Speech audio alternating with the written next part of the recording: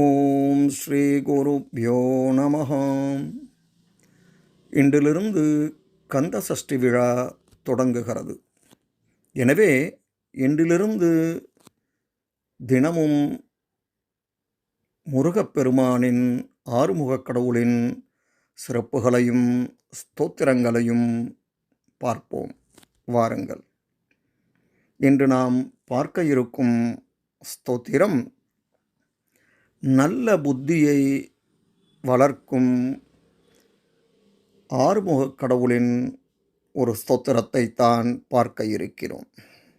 சிறந்த புத்தியையும் சகல வித்யைகளையும் இந்த ஸ்தோத்திரத்தை படிப்பவர்கள் அடைவார்கள்.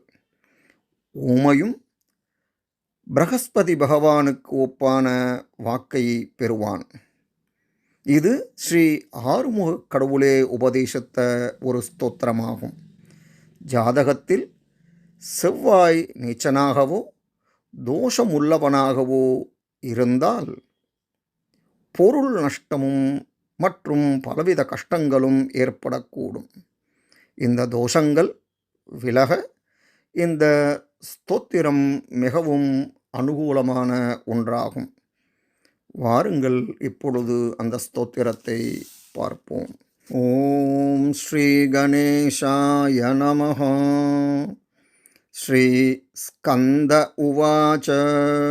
யோகீஸ்வரோ மகாசேனஹ கார்த்திகேயோக்னிநந்தனஹ ஸ்கந்தகுமாரசேனானி சுவாமி சங்கரசம்பவஹ காங்கேயஸ்தாம்ரச்சூடஸ்ச பிரம்மச்சாரி ஷிகித்வஜः தாரகாரீருமாபுத்ரः க்ரௌஞ்சாரிश्च ஷடானனः சப்தப்ரம்மசமுத்ரश्च சித்தः சாரஸ்வதோ குஹः சனத்குமாரோ பகவான் போகமோக்ஷபலப்ரதः शरजन्मघनाधीशः पूर्वजो मुक्तिमार्गकृत् सर्वागमप्रणेता च वाञ्छितार्थप्रदर्शनः 28 नामानि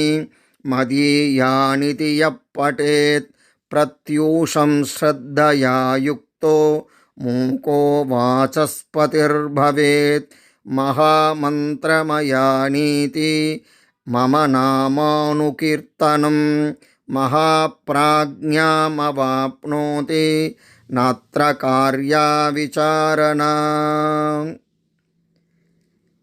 இதிலுள்ள 28 நாமாக்களும் மிகவும் சுலபமாக சொல்லக்கூடிய நாமாக்களாகும்.